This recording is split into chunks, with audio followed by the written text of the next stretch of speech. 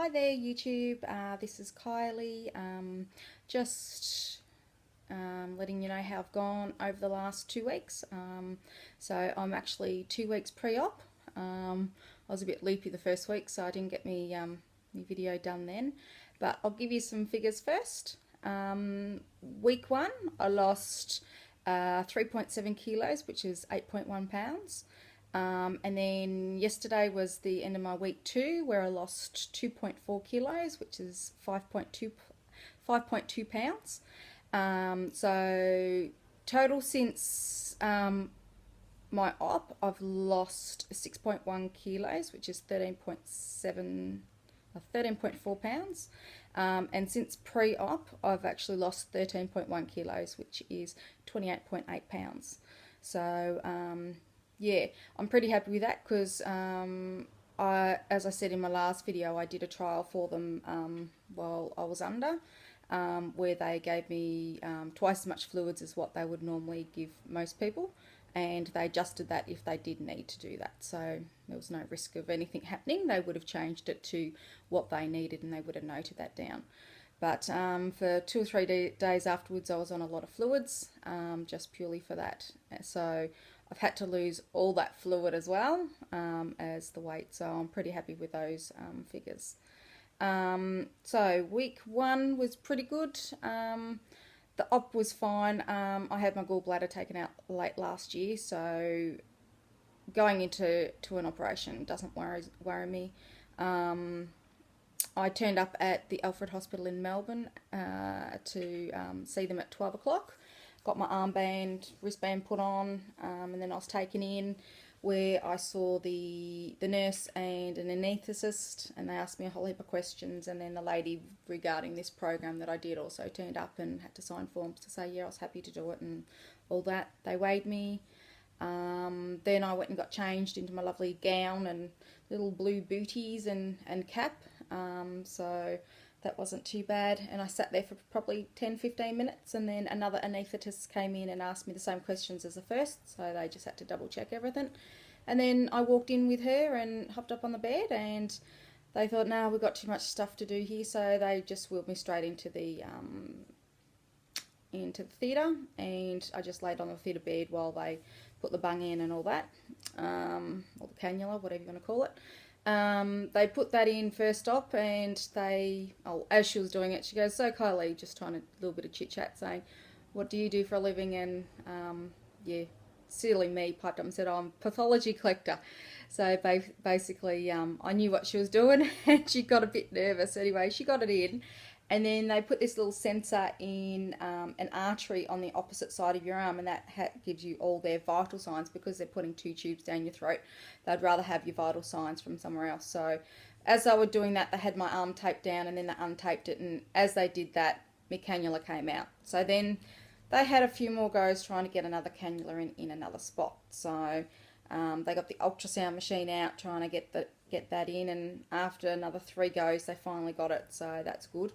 But it was really funny because I'm just, chit-chatting away, and they're just putting plugs on me. And I didn't wear those stockings in the theatre. They actually had these things that they put around your legs and they inflate. So I didn't have those stockings until after surgery. They put them on just before I went up to my room.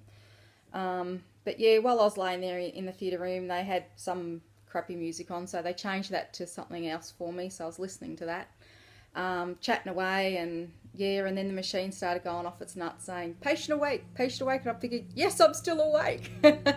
And that was just that the sensor that was in my arm was actually working, and yeah, they just sort of turned that down. So yeah, that was quite funny to say that, yes, I'm awake. What else? And then all of a sudden they put the mask over my mouth and told me to take a couple of deep breaths, and then that was the end. I was gone. Didn't get to finish the end of that song, so, and to the life of me, I can't remember even what it was. So, but I was fine. I was relaxed. I was mucking around talking to him. So, as I said, the surgery bit doesn't worry me. It's just mainly the after effects that or the unknown of how I was going to react with my new stomach and that sort of thing. So, yeah, but woke up okay. They were a bit worried because my oxygen levels were down to like 60%. They go, Kylie, deep breaths, please. And it's like, I'm doing all these deep breaths again. I'm breathing normally, and yeah, that was fine.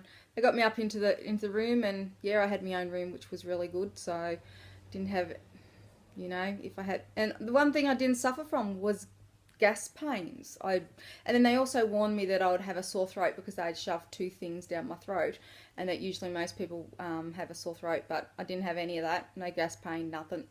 Got out of bed probably, and went straight to the toilet and had no problems there. So the only thing was when I took that first mouthful. Oh, pain. I didn't realise that I was going to automatically feel it once it hit the stomach, but yeah, obviously it was still raw and tender, but and then they made me take tablets. It's like, how am I going to, because I'm a terrible person taking tablets at the best of times, so yeah, I need as much fluid as possible to get some of those suckers down, but I did say no to a couple of the cheapo Panadol that they have. They're not those little gel caps, they're the round gritty tablet things that look like horse tablets, and I said, I'm no way going to get that down. So they ended up stop giving them to me, and I was just on the Endone and the Oxy and Tramadol, because I'm normally on Tramadol for my back anyway, so they just continued that as well. So yeah, got the good drugs. But I didn't have one of those pain pumps like all you Americans seem to get, and I think some Aussies get as well. I was looking forward to the morphine pump where I could keep clicking it, but nah, not so lucky there. But anyway, that's fine. So for a couple of days I lived on clear broths, ice cream, jelly and juice. I did notice that the sugar intensified in my taste, so everything was just tasting really, really sweet to me, and I just had a terrible taste in my mouth all the time of just this, like as if I'd eaten a bag of sugar. But I got over that. Then yeah, just the thing of trying to get fluids down, so just to try and keep that up. I had to wait over the weekend before I could have my swallow test done because they don't do it on the weekend, so I then waited till the Monday. I was operated on Thursday. Had the swallow test, which is, yeah, they said it was a bit like Ouzo or Zambuca. I'd rather have the Zambuca than that stuff, but it was similar but not, but it was tolerable. And I got to sit as I was doing the test. They actually had the screen right near me so I could actually see everything, and he explained he pointed out where my stomach was and what it looked like and how big it was now and that sort of stuff, and they were really happy with it, so that I was going woohoo, doing a little happy dance, so no leaks. So the rest of week one I just got home, I went shopping with some friends, yeah, felt good. No reflux or anything like that, so that's really good. Wasn't until probably 2 or 3 days after I got home that I started to have low energy and a little bit of dehydration, so I tried to up me fluids and that sort of thing, so trying to compensate for how you're feeling. And hopefully this isn't too much information, but diarrhea from day dot, still got it 2 weeks on, but it's not instant, got to go straight away. So yeah, but at least I know my bowels are still working, so that's a good thing, because I'd rather diarrhea than constipation. So anyway, off that terrible subject. Okay, week 2. That's this week. So, oh no, it was last week. Sorry, I'm on to week 3 now. God, time just goes flying when you're not working and you don't see the date every day.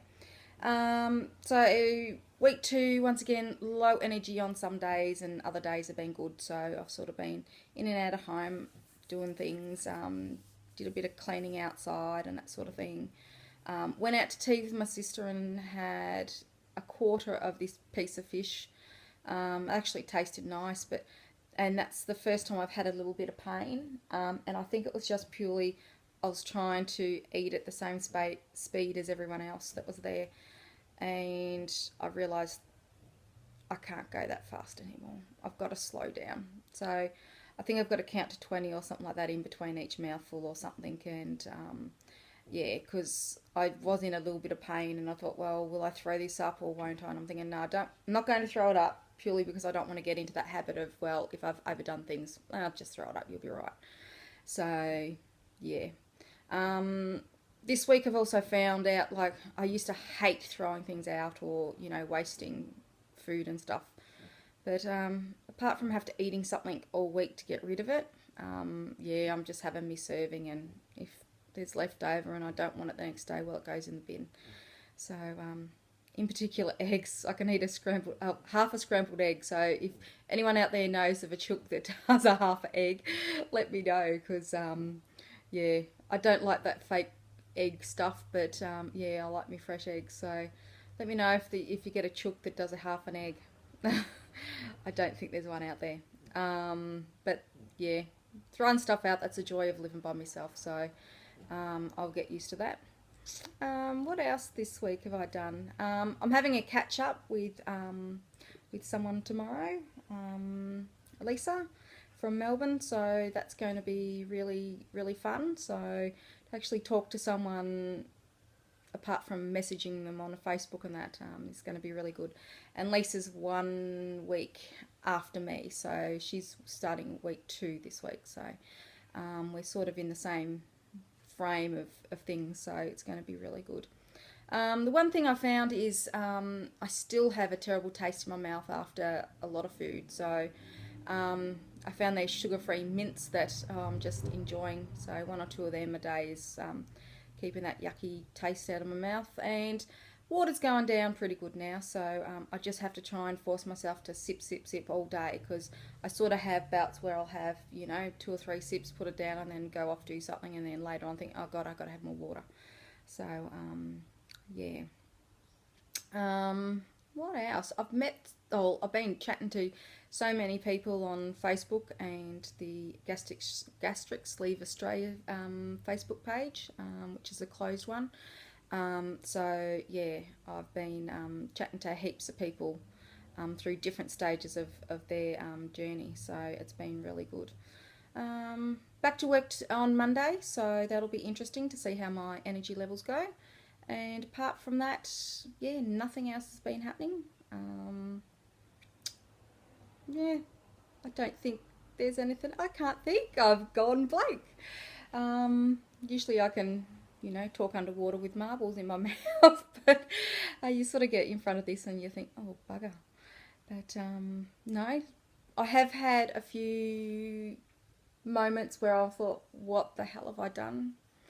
And the night when I went out to tea, it's like everyone had all this food, the yummy food, the chicken parmas, and oh, the steak. And I had this bit of fish that it tasted good because I've been on soups, but it wasn't the same as a steak. Oh dear.